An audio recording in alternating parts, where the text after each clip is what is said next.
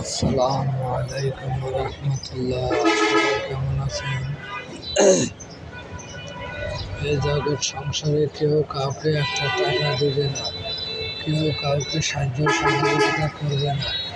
এখানে যদি আপনি ব্যবসা বাণিজ্য বেশি উপার্জন করতে চান তাহলে ব্যবসা বাণিজ্য করতে যাবেন। দেখুন সকাল সকাল সবাই তাদের ব্যবসায়িক পণ্য নিয়ে বসে পড়ছে। আমরা চুরি দাঁড়ি ছিনতাই এগুলো না করে অবশ্যই কোনো একটা ব্যবসা করব।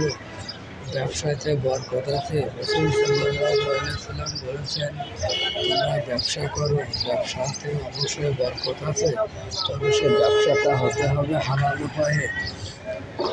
হাদিস শরীফে এসেছে, সৎভাবে ব্যবসা তারা করে কাল কিয়ামতের কঠিন দিবসে তাদেরকে শহীদদের পাশে দাঁড় করানো হবে। তাই আমরা সবাই সততার সাথে ব্যবসা বাণিজ্য করব।